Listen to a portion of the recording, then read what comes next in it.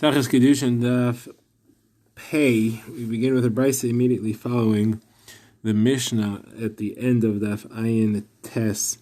Brisa is discussing, like the Mishnah, situations in which somebody comes from Kiddushin with a wife and children, and the question that we are faced with is, can we establish the identity and the halachic status of the wife, and more importantly, of the children, concerning who they're allowed to marry, and are they assumed to be kosher kohanim, if necessary, to eat truma. So the brisa works with the rule that we have to investigate the status of the wife, and we have to prove that the children are children of the wife, because their status will go through her.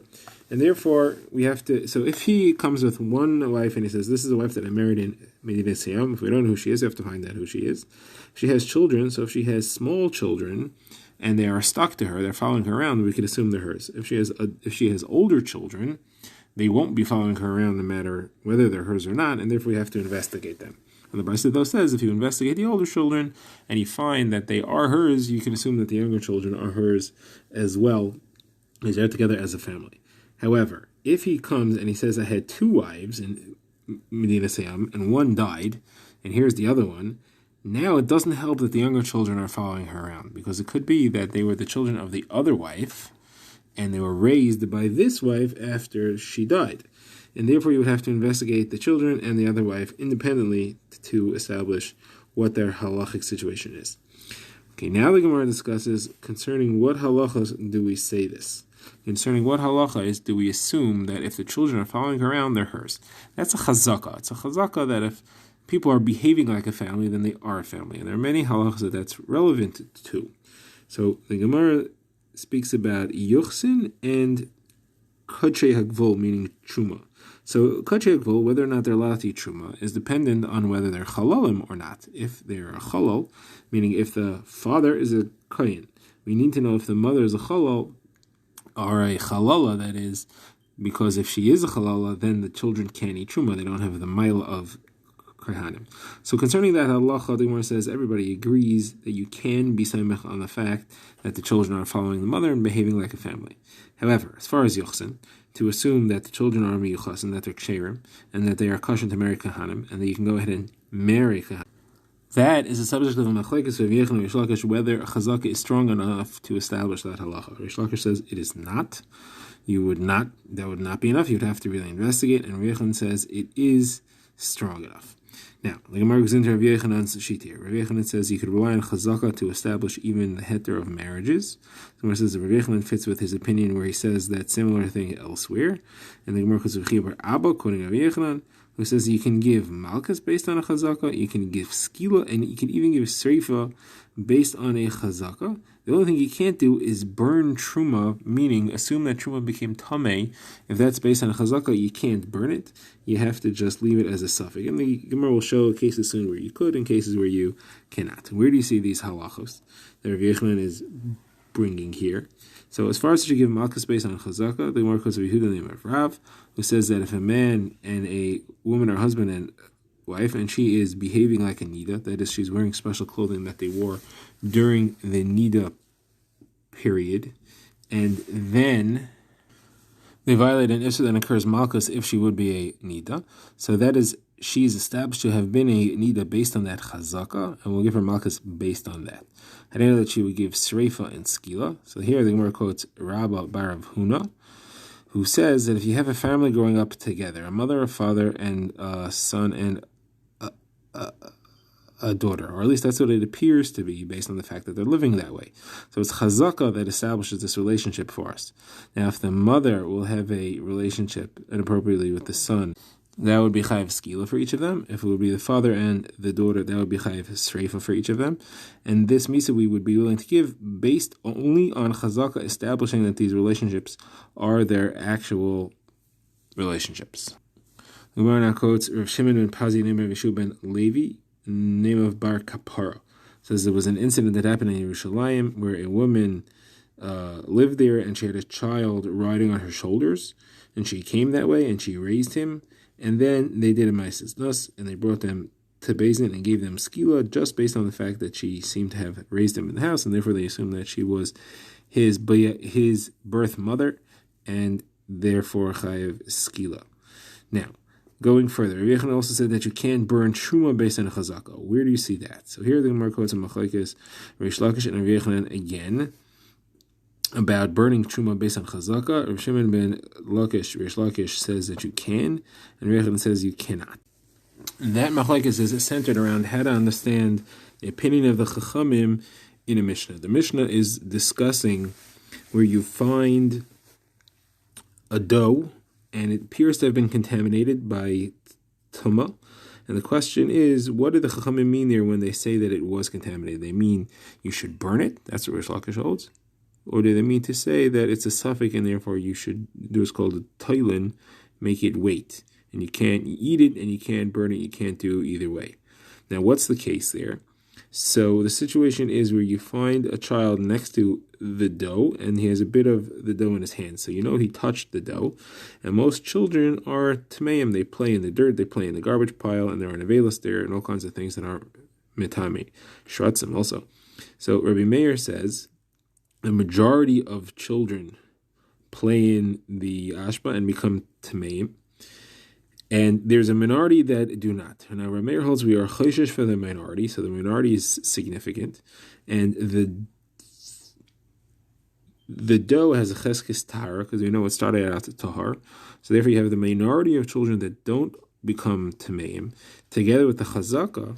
Based on that, you would say that this is tahar, and therefore you're metaher the dough. And the chachamim say no.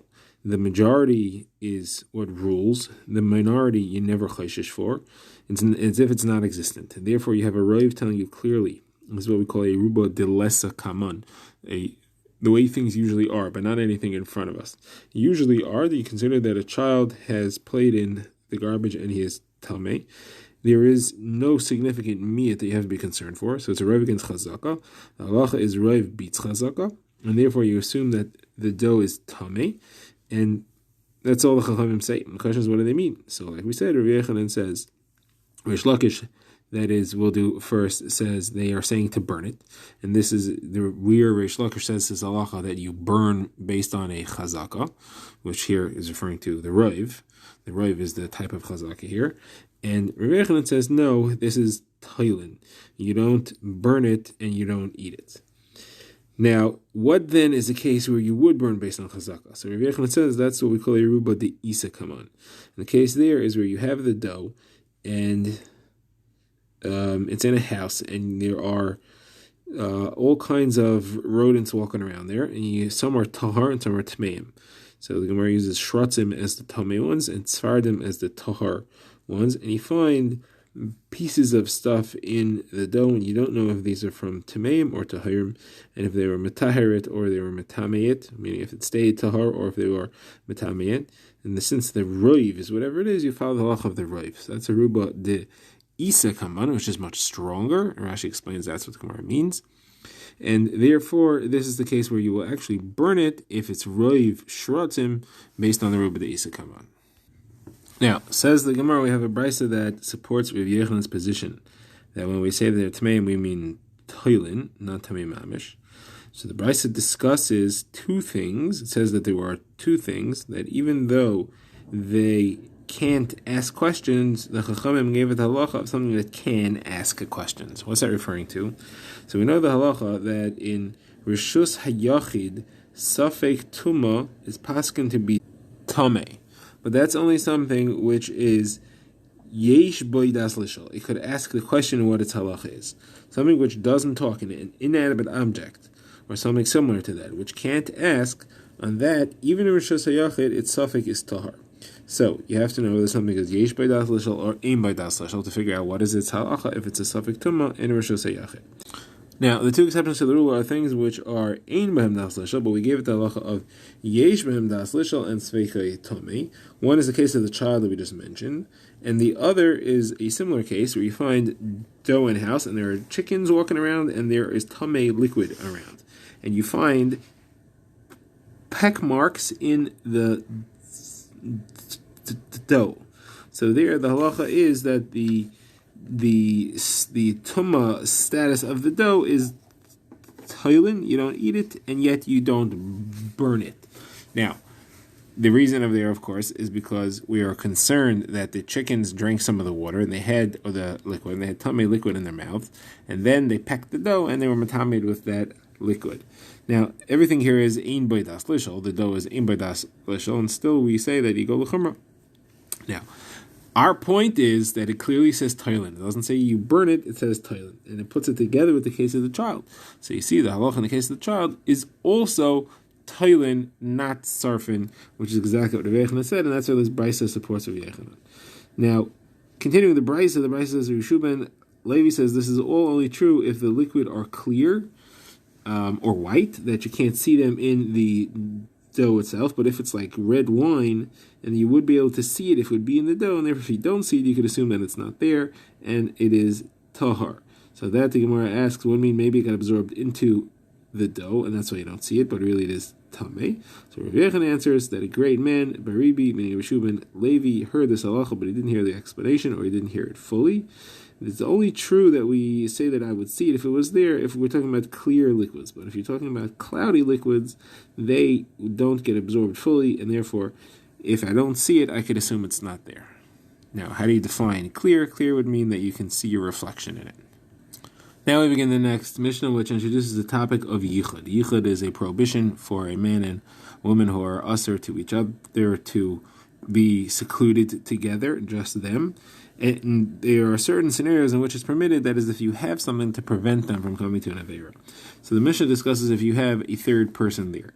So the Mishnah says if the third person is a woman, that doesn't prevent, because two women could be easily seduced, and they will both join in, and therefore they will not prevent each other from Ma'asa Aveira.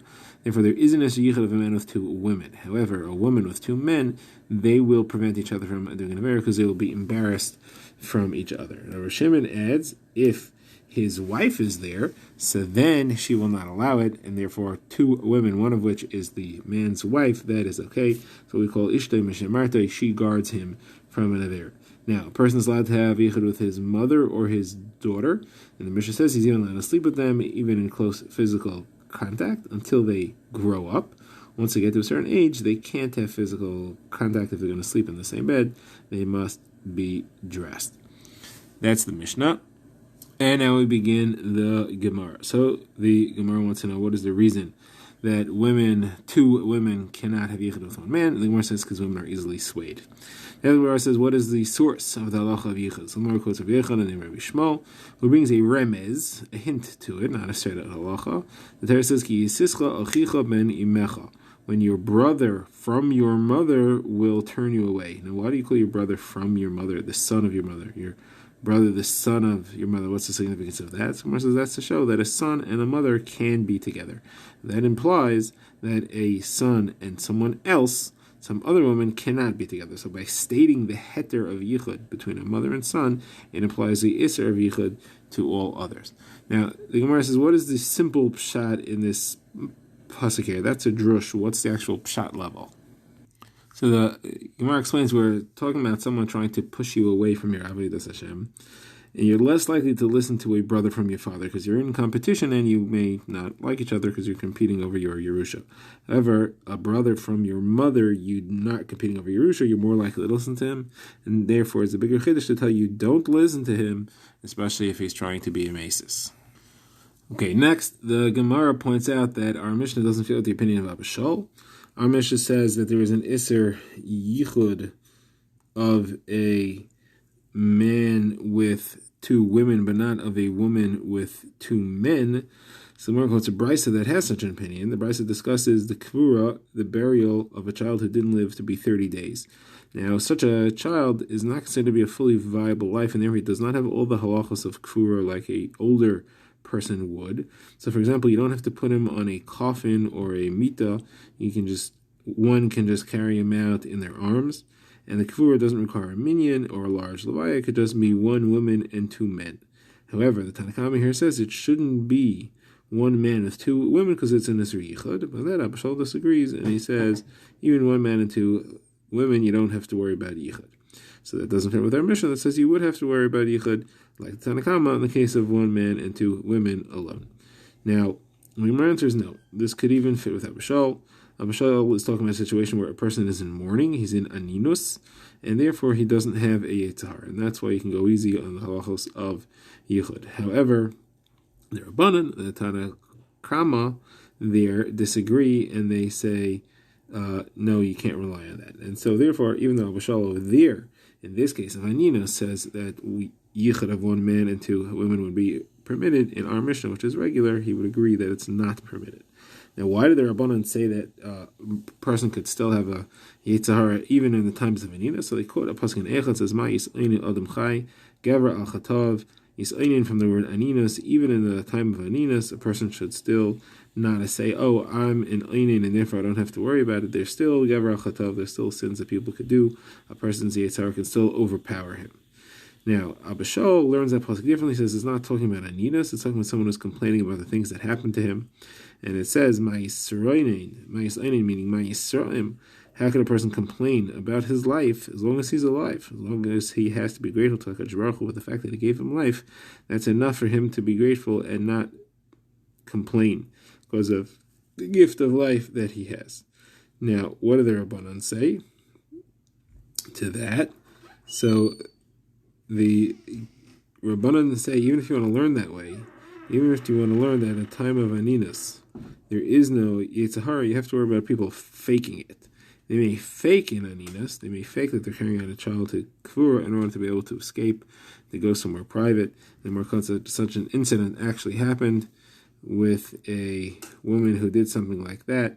They went out and they snuck out of the town pretending to be on their way to such a Kvura.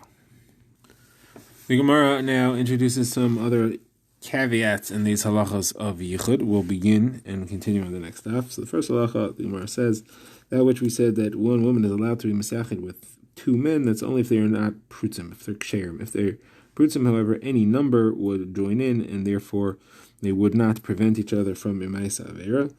The Gemara says such an incident happened where 10 men carried a woman out on a stretcher as if she were dead on the way to her kvura, and that was in order to participate in a ma'isa avera.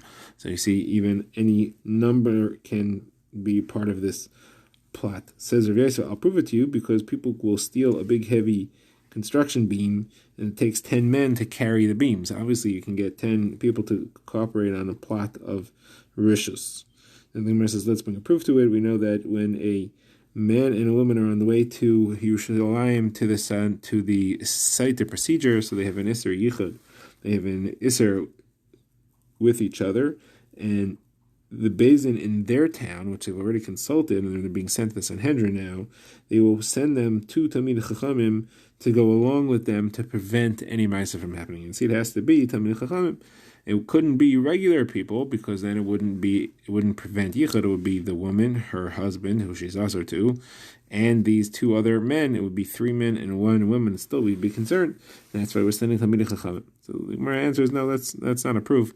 The reason we're sending Talmidei Chachamim might be for a different reason, because if he is approaching to do an Avera, they have to warn him. And to warn, you have to give a source. So you need a Talmidei Chacham who knows how to do the Hasra properly.